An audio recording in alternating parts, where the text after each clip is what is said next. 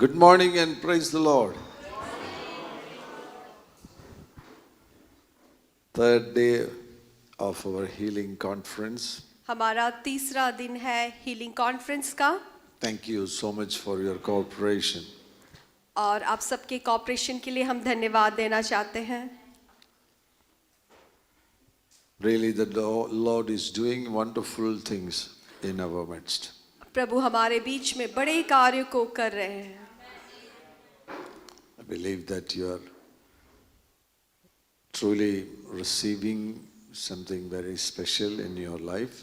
मैं ऐसा विश्वास करता हूँ कि हम हर एक लोग प्रभु से कुछ विशेष बातों को इन दिनों में प्राप्त कर रहे हैं. Am I right? ठीक. Thank you so much. And this morning we will start discussing about emotional healing. आज सुबह हम हमारी भावनाओं में जो चंगाई किस प्रकार हम ला सकते हैं इसके बारे में सीखेंगे. Yesterday we read from 1 Corinthians chapter 12 and verse number 9 when it speaks about gifts of healings. There the writer is using plural. और जैसे कि कल हमने पहला कुरिन्थियों 12 अध्याय उसका 9वां वचन में हमने पढ़ा, वहाँ पर जो चंगाई लिखा है एक ही विषय पर नहीं लेकिन बहुवचन में लिखा है. So many healings are necessary for us. तो हमारे लिए बहुत क्षेत्रों में चंगाई की जरूरत है. Not only physical healing. बस शारीरिक चंगाई नहीं. Actually, physical healing is related with other healings. हमारी जो शारीरिक चंगाई है वो दूसरे कई चंगाइयों से जुड़ा हुआ है. 85% of the sicknesses are psychosomatic sicknesses. और कुछ 85% जो बीमारी होते हैं वो सब साइकोसोमैटिक सिकनेस कहते हैं. Psycho means, suko means psychological, mind related. And इसका soma means body. Sukhe means mind or soul and soma means body. और इसका अर्थ है कि सु के जो उसका अर्थ है कि मन और शरीर, सो मन से जुड़ा हुआ बीमारी. In Greek language, it is psychosomatic sicknesses. और यूनानी भाषा में साइकोसोमैटिक कहते हैं. In our soul we have mind, emotions and will. हमारे प्राण में हम मन है और भावना है और इच्छा है. The responsibility of our mind is intellect and thinking. और हमारा जो मन है उसका जो कार्य ये है कि वो बुद्धि और सोचना. Yeah. Yesterday we talked about thinking. We need a thorough transformation in thought patterns. कल हमने वचन से देखा कि किस प्रकार से हमारी सोच में हमें कितना बदलाव की जरूरत है. As he thinks in his heart, so is he. जैसे हमने वचन में पढ़ा, एक व्यक्ति जैसा सोचता है वैसा ही वो है. So we need a transformation in our thoughts. तो इससे हम समझ सकते हैं कि हमारे सोच में बहुत बड़ा परिवर्तन का जरूरत है. I believe that you understood that and you will bring it into practice in the days to come. मैं ऐसा सोचता हूँ कि आप लोग इस विषय को समझ गए हैं और आने वाले दिनों में आपके व्यक्तिगत जीवन में भी आप अपने सोच को बहुत ही सावधानी से रखेंगे, परखेंगे. Think positively.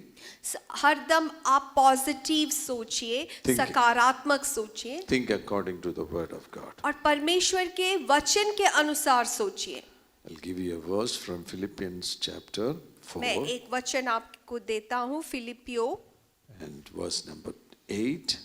4 का 8. If you can take your Bibles and सब turn to this portion, we will read together. अब सब अपने बाइबल को निकालिए, हम लोग मिलकर पढ़ेंगे फिलिपियो 4 उसका 8 से लेकर. It speaks about thoughts. ये हमारे चिंताओं के बारे में है. Philippians chapter 4 and verse number 8. फिलिपियो 4 उसका 8। Are you there? Yes. एक, दो, तीन पढ़िए. Finally, brethren, whatever things are true, whatever things are noble, whatever things are just, whatever things are pure, whatever things are lovely, whatever things are of good report, if there is any virtue and if there is anything praiseworthy, meditate on these things. Meditate on these things. उन पर ध्यान लगाओ. So thoughts, meditation, and that can take you to revelation. और हमारा सोच और हमारा ध्यान और ये हमें प्रकाशन की ओर लेकर जाता है. Yeah. So there is a 4 steps progression. वहां पर हम 4 प्रोग्रेशन को देख सकते हैं. Thoughts, हमारा सोच, it can become meditation. वो हमारा मनन या ध्यान बन सकता है. And when you meditate on a particular thing, you will receive revelation.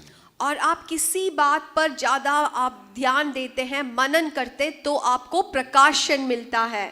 And that revelation can become manifestation. और वो जो प्रकाशन है वो आपसे मैनिफेस्ट होता है, प्रकट होता है.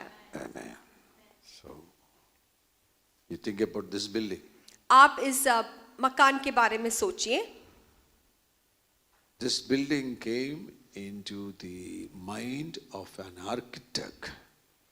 ये जो पूरा मकान है, ये एक आर्किटेक्ट, उसके मन में इसका रूप आया. It started with thoughts. वो सोचने लगा.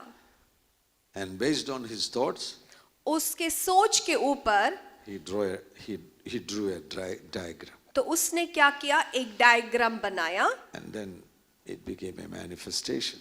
और वो फिर प्रकटीकरण में आ गया, अभी प्रकट हो गया. So likewise, everything starts in thoughts. इसी प्रकार सब कुछ हमारे सोच से शुरू होता है. Even sin starts in thoughts. पाप भी जो है हमारे सोच से ही शुरू होता है. That is the importance of thoughts. इसलिए हमारा जो सोचना है वो इतना महत्वपूर्ण है. If you want to see good things happening in your life, अगर आप आपके जीवन में अच्छे बातों को होते देखना चाहते हैं, the first step, उसके लिए प्रथम जो कदम आपको लेना है, transform your thoughts. वो है आपके सोच को आप बदल दे. Amen. So let's go ahead. We'll discuss few things about emotional healing. आगे की ओर जाएंगे. हमारे भावनाओं में जो चंगाई की जरूरत है उस विषय पर हम देखेंगे. In our soul we have emotions. हमारे प्राण के अंदर भावना है. We have good emotions and also we have negative emotions. हमारे अंदर अच्छी भावना भी होते हैं, बुरे भावना भी होते हैं. Emotions are actually feelings, a strong feeling deriving from one's circumstances or relationships or mood. Such things can bring emotions in you. भावना, उसको अगर हम समझे तो ऐसे बोल सकते कि भावना कुछ फीलिंग्स है जो हमारे वातावरण से, हमारे जो परिस्थिति से हमें मिल सकता है या हमारे संबंधों से जो मिल सकता है, यहाँ सब हमारे भावना उत्पन्न होता है. Love is an emotion. प्यार या प्रेम एक भावना है. Joy is an emotion. आनंद एक भावना है. Fear is also an emotion. डर वो भी एक भावना है. Sadness is another emotion. दुखी रहना वो भी एक भावना है. Anger is another emotion. गुस्सा वो भी एक भावना है. So there are healthy emotions. तो हम देख सकते हैं वहां पर अच्छे इमोशंस होते हैं And also unhealthy emotions. और कुछ ऐसे भावनाएं होते हैं जो अनहेल्थी होते हैं. And because of the fall of man, मनुष्य के पाप के कारण we have both in our emotions. तो अभी हमारे अंदर ये दोनों भावनाएं, स्वस्थ और अस्वस्थ भावनाएं हमारे अंदर है। In Genesis chapter 3 and verse number 10, उत्पत्ति 3 उसका 10वां पद, when man committed sin, जब मनुष्य ने पाप किया, and all of a sudden we see an emotional breakdown is happening in him. हम देख सकते हैं एकदम से मनुष्य के अंदर उसके भावनाओं में एक गड़बड़ी आ जाती है। Genesis chapter 3 and verse number 10. So he said, I heard your voice in the garden, and I was afraid because I was naked and hid myself. उसने कहा, मैं तेरे शब्द वाटिका में सुनकर डर गया क्योंकि मैं नंगा था, इसलिए छुप गया। In the Garden of Eden, before the sin, there was no fear. आदम के वाटिका में पाप के पहले वहां कोई डर नहीं था, किसी के अंदर डर नहीं था। And nobody was naked in the Garden of Eden. और कोई भी वहां नंगा नहीं था। But now we see this man became fearful, अभी देखिए ये मनुष्य के अंदर डर उत्पन्न हो रहा है। and he realized that he was naked. अभी वो समझ रहा है कि वो सोच रहा है कि वो नंगा है। So, what is the first negative emotion, unhealthy emotion entered in man's life? तो आप बोलिए सबसे पहले जो अनहेल्थी जो भावना एक मनुष्य के अंदर प्रवेश किया वो क्या है? Fear. डर। So, you check all your situation, everywhere you can see fear. आप अपने परिस्थिति को जांच कर देखें, आपको हर जगह डर लगता है। Everywhere the presence of fear is there. हर जगह आप डर की उपस्थिति या डर को हम देख सकते हैं। That can be called as a foundational unhealthy emotion. उसको हम इस प्रकार से बोल सकते हैं, एक नींव में ही जो अनहेल्थी भावना है, अस्वस्थ भावना, डर। And secondly, shame came in him. और दूसरा है शर्म मनुष्य के अंदर आता है। That is also with us. We are always, some kind of shame is part of our life. और ये भी हमारे अंदर है, हम सब के अंदर किसी ना किसी प्रकार का एक लज्जा, शेम हमारे अंदर होता है। And he started hid himself, so that means hiding became. So many things are secret in our life. और एक स्वभाव उसके अंदर उत्पन्न हो रहा है, छिपना। हमारे जीवन में भी हम देख सकते हैं कई ऐसे बातें हैं जो हम रहस्य में रखना चाहते हैं। And because of all these unhealthy emotions, और ये सब अस्वस्थ भावनाओं के कारण people carry several wounds and pains in their emotions.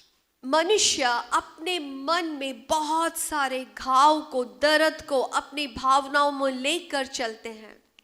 Because of unhealthy emotions, ये अस्वस्थ भावनाओं के कारण emotional breakdowns are happening. लोगों के अंदर भावनाओं में उनकी जो भावनाएं हैं वो टूट जाते हैं। Relationship breakdowns are happening. उनकी जो आपस में दूसरों के साथ जो संबंध है वहां पर टूटाव आता है। Father-children relationship is broken. पिता और बच्चों के बीच में जो संबंध है टूट रहा है।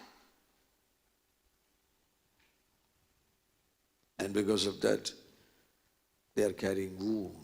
जिसके कारण उनके अंदर वो घाव को लेकर चल रहे हैं। Sometimes it pains. और कभी-कभी वो बहुत ही दर्द देता है। And they are unable to carry those emotional pain. और कई बार ऐसे होते हैं कि वो दर्द को वो सह नहीं पाते, वो दर्द को लेकर आगे नहीं जा पाते। And then there comes emotional breakdowns. और उस समय उन लोगों के अंदर जो उनकी भावनाएं एकदम तितर बितर हो जाती, उन्हें क्या करना है उनको समझ में नहीं आता। Take the case of young people. आप जवान बच्चों के उदाहरण ले। Some relationships are broken. उनके जीवन में कुछ संबंध में कुछ उनका जो टूट गया, And because of that, उसके कारण they feel depressed. और वो निराश में हो जाते हैं। And that depression, if you stay depressed for a long time, अगर आप निराशा में बने रहते हैं, you feel meaningless, life is meaningless, and you feel to commit suicide.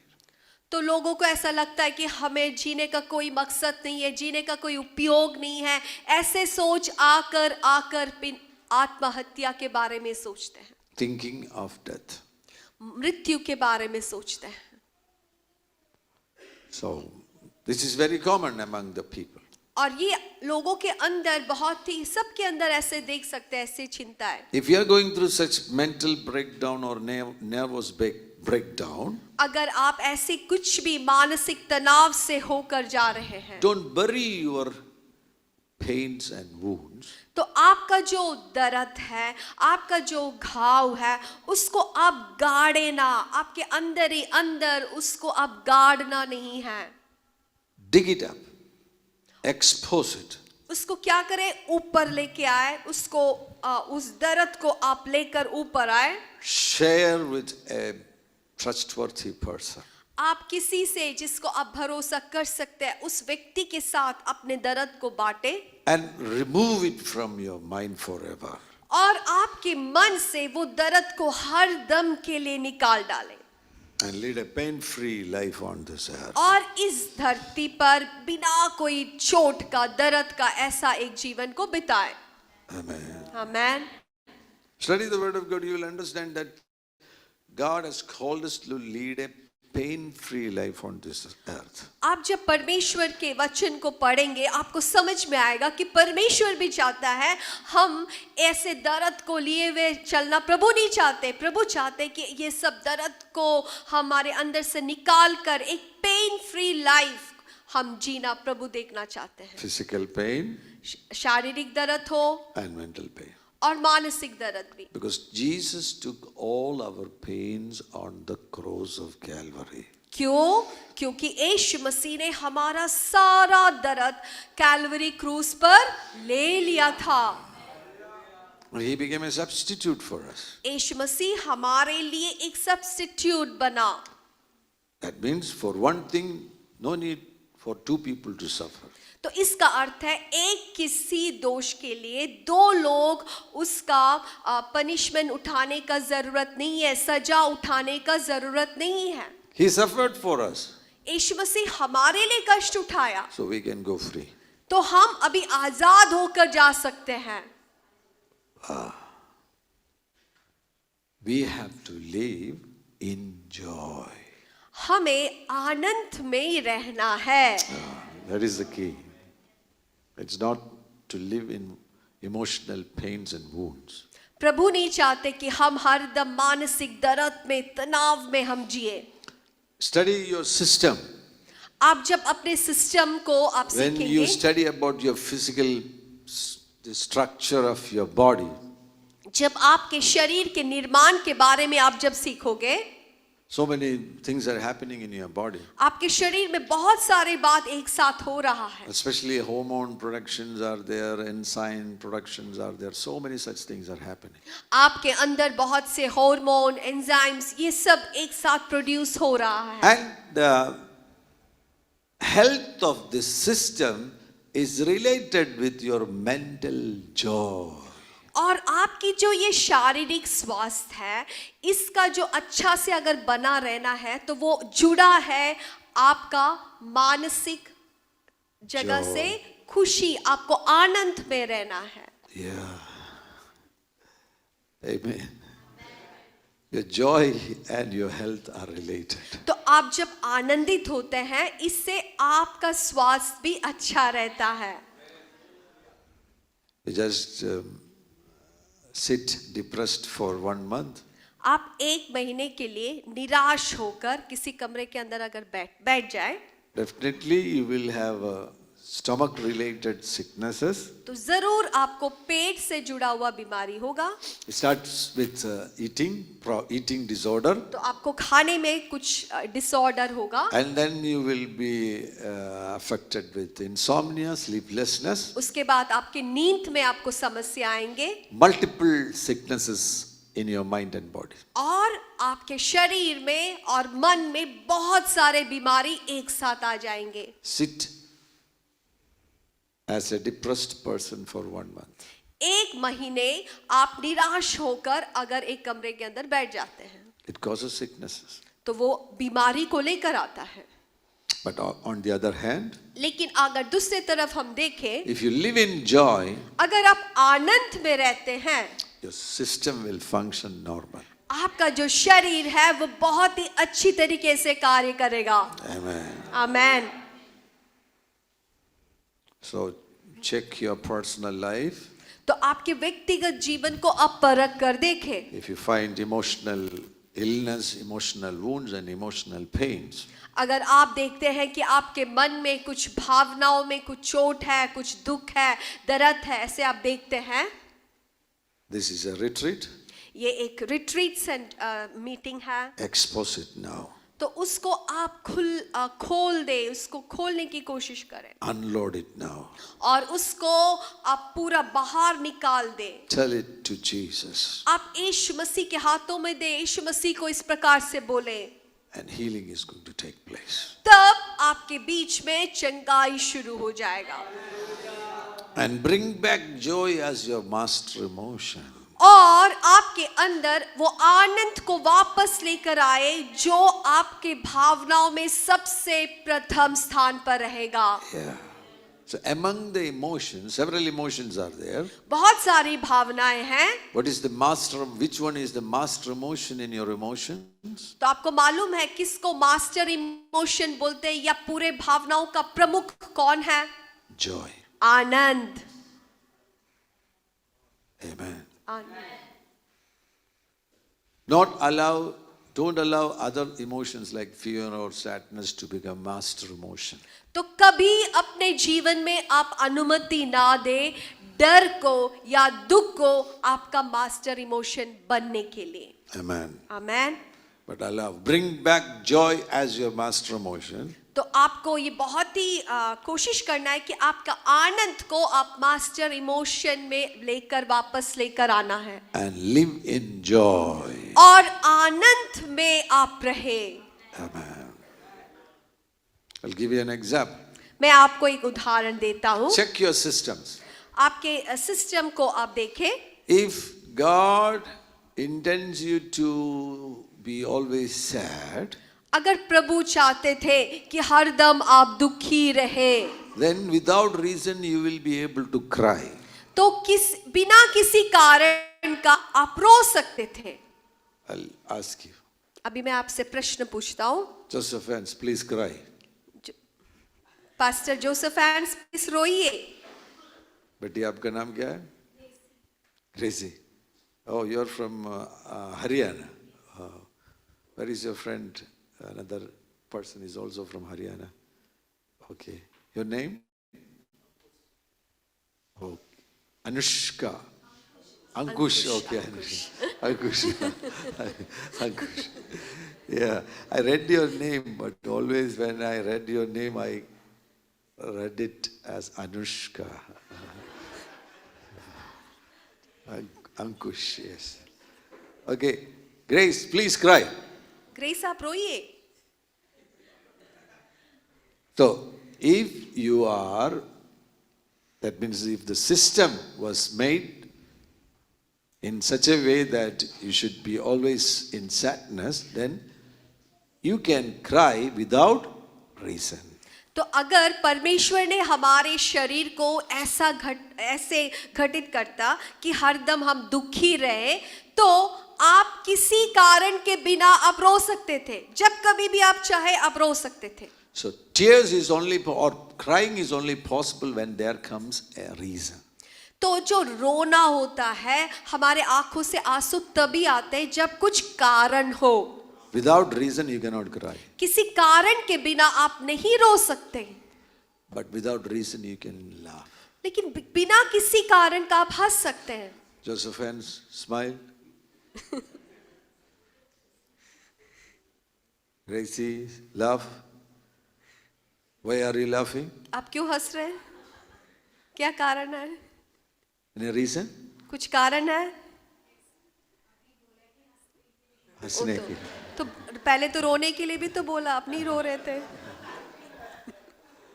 So this is a proof that तो ये साबित करता है man is created to live in joy. मनुष्य को सृष्टि किया है कि वो आनंद में वास करे।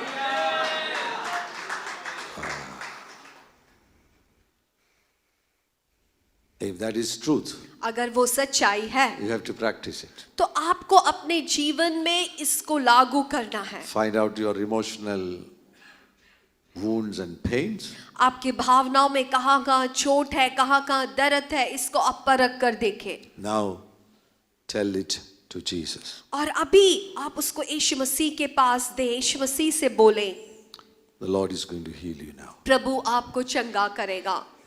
So we don't have time to elaborate this subject. ये विषय बहुत ही बड़ा है, इसको बहुत समय सिखाने के लिए हमारे पास समय नहीं है। And also we don't have much time to come to personal needs. That means we cannot तो deal with you in a हमारे पास personal way. इतना समय भी नहीं है कि व्यक्तिगत रूप में आप हर एक के पास आकर इस विषयों के लिए बातें करें, प्रार्थना करें। You get connected with the Holy Spirit now. तो आप अभी पवित्र आत्मा से कनेक्ट हो जाएं। If you have pains and wounds, अगर आपके दिल में कुछ चोट है, दर्द है, just connect with the Holy Spirit. आप पवित्र आत्मा से अभी जुड़ जाएं। I'll give you a prayer. मैं एक प्रार्थना बोलूंगा, Repeat that prayer वो प्रार्थना मेरे साथ आप बोलिए and heal those emotional pains. और आपके अंदर जो भी भावनाओं में जो चोट दर्द है उसमें चंगाई को स्वीकार करें। It's a prayer for emotional release. ये आपकी भावनाओं में एक रिलीज होने के लिए, छुटकारा होने के लिए एक प्रार्थना है। Prayer to get in touch with pain and receive God's healing. और ये जो प्रार्थना है कि परमेश्वर आपके उस चोट को चंगा करें। Just close your eyes सब लोग अपने आंखों को बंद and check करें। your mind. अभी आप परख कर देखें, आपके मन को परख कर देखें, Check your emotions. आपकी भावनाओं को परख कर If you देखें। find some pains or wounds rising in your emotions, अभी आपको कुछ भी मालूम होता है कि मेरे मन में इस विषय में चोट है, इस विषय में मुझे दर्द है, अगर आपको समझ में आ रहा है, now tell it to Jesus. अभी आप उस विषय को यीशु मसीह से बोलें। Just share with Jesus. आप यीशु मसीह से उस बातों के बारे में उस यीशु मसीह से बांटे अपने दर्द को। Then pray this prayer. उसके बाद ये प्रार्थना को हमारे साथ बोले। Supernaturally, the Lord is going to heal you. अलौकिक रीति से प्रभु आपको चंगा करेगा। Holy Spirit is here. पवित्र आत्मा आपको छूकर चंगा करेगा। If someone feels to cry, don't stop crying, cry. अगर आप किसी को रोना अंदर से आता है, आप रोने को मत रोकिए, आप रोइए। Tears is the best way to release your emotional pain. क्योंकि जो आंसू के द्वारा हमारे जो भावनाओं में दर्द है वो बाहर निकलता है।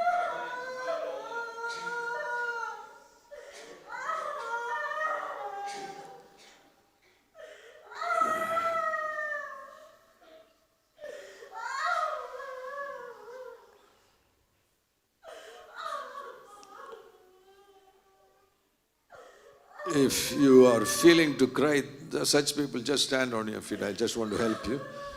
जो लोग रोना If चाहते हैं, tears, रो रहे you हैं, feel something is rising in your emotion and you feel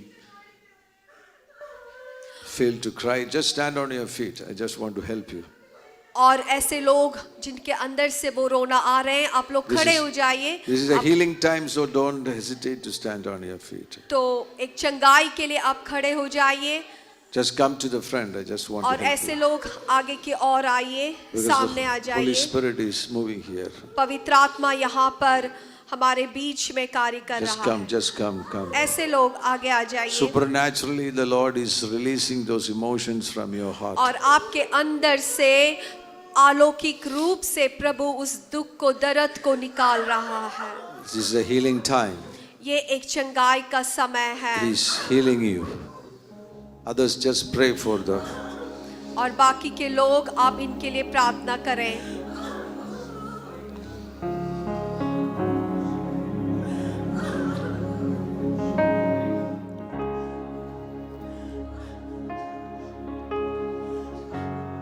जैसे मानो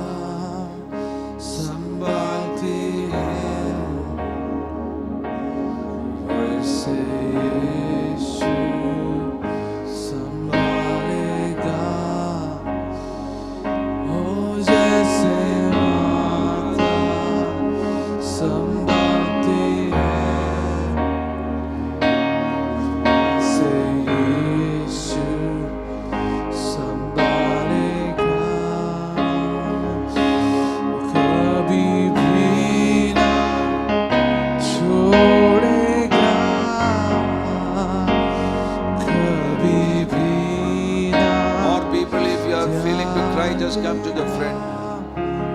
Consider this place as a place of healing. You are coming near the cross of Jesus Christ and He will remove your tears. जिस किसी को भी उस चंगाई की जरूरत है, आप हिचकिचाए नहीं, आप आगे की ओर आए, क्योंकि ये एक चंगाई की सभा है। Some pains happened in your life, some shocking incidents, some traumas happened in your life. Come to the front. You are coming near the cross of Jesus Christ. आपके जीवन में कुछ चोट मिला है, कुछ ट्रॉमा से आप होकर गए हैं, तो आप यीशु मसीह के इस क्रूस के पास आए कि प्रभु आपको छुए। And cry here. और इधर आकर, And through those tears, your pains will be released, your wounds will be healed. और उस आंसुओं के द्वारा आपके जो दर्द है प्रभु उसको चंगा करेगा और आपके घाव जो वो सूख जाएगा। कभी भी ना छोड़ेगा, कभी भी ना त्यागेगा, कभी भी ना छोड़ेगा, कभी भी ना त्यागेगा। जैसे माता संभालती है, वैसे यीशु संभालेगा। हो जैसे माता संभालती है, वैसे यीशु संभालेगा।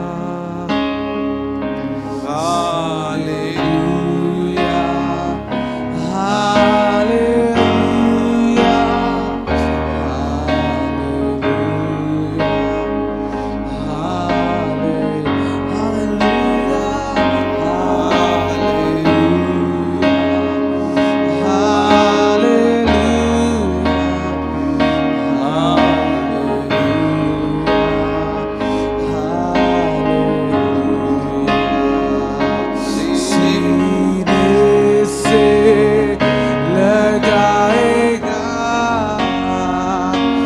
चिंता सब हटाएगा। सीने से लगाएगा, चिंता सब हटाएगा। जैसे माता संभालती है, वैसे यीशु संभालेगा। जैसे माता संभालती है, वैसे यीशु संभालेगा।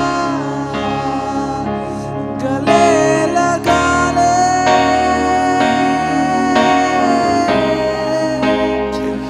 मुझे गले लगा ले,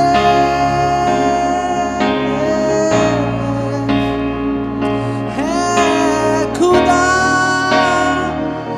हो, मुझे गले लगा ले। Take that healing, take that healing. गले लगा ले, take that healing, take that healing, take that healing. मुझे गले लगा ले, receive that healing, receive that healing. Take that healing, take that healing. खुदा is touching you, take that healing. मुझे गले लगा